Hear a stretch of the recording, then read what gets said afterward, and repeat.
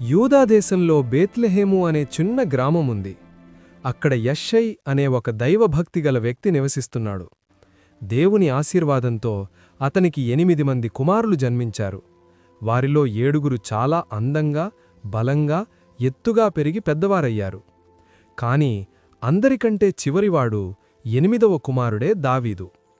దావీదు పుట్టినప్పుడు మిగతా అన్నలంత గంభీరంగా లేకపోయినా ఎర్రని ఛాయతో, అందమైన కన్నులతో చూడముచ్చటగా ఉండేవాడు. ఇంట్లో అందరికంటే చిన్నవాడు కాబట్టి పెద్ద బాధ్యతలేవి ఇవ్వకుండా తండ్రి అతనికి గొర్రెలను కాసే పని అప్పగించాడు. చరిత్ర పుటల్లోకి ఎక్కకముందు, ఇశ్రాయేలు సింహాసనాన్ని అధిష్ఠించకముందు దావీదు కేవలం ఒక గొర్రెల కాపరి. యూదాదేశంలోని బెత్లెహేము అనే చిన్న గ్రామంలో యెషైకి 8వ కుమారుడిగా పుట్టాడు.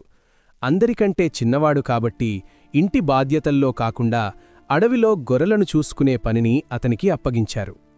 అడవిలో ఏకాంతం ఎంతో భయంకరమైనది.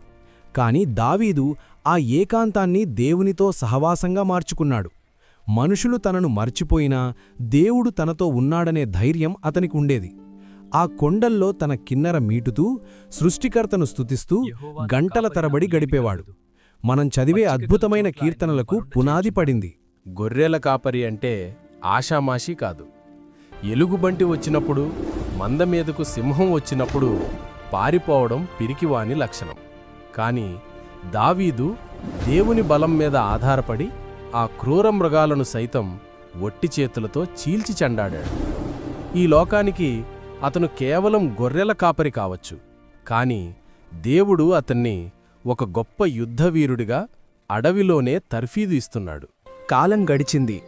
ఇశ్రాయేలుకు కొత్త రాజు కావలసి వచ్చింది. దేవుని ప్రవక్త సమూయేలు యెషై ఇంటికి వచ్చాడు. యెషై తన పెద్ద కుమారులైన ఏలీయాబును, అబీనాదాబును గొప్పగా చూపించాడు.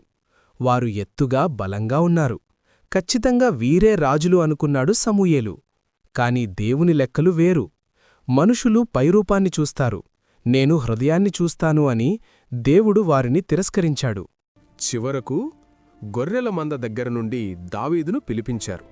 దుమ్ము కొట్టుకున్న బట్టలతో, ఎర్రని ముఖంతో ఉన్న ఆ చిన్నవాడే దేవుడు కోరుకున్న రాజు. సమూయేలు తైలపు కొమ్మును తీసి అన్నలందరి సమక్షంలో దావీదును అభిషేకించాడు. ఆ క్షణమే దేవుని ఆత్మ దావీదు మీదికి బలంగా దిగిరొచ్చింది. ఒక సామాన్య బాలుడు ఇశ్రాయేలు ఆశాజ్యోతిగా మారిన ఘడియ అది.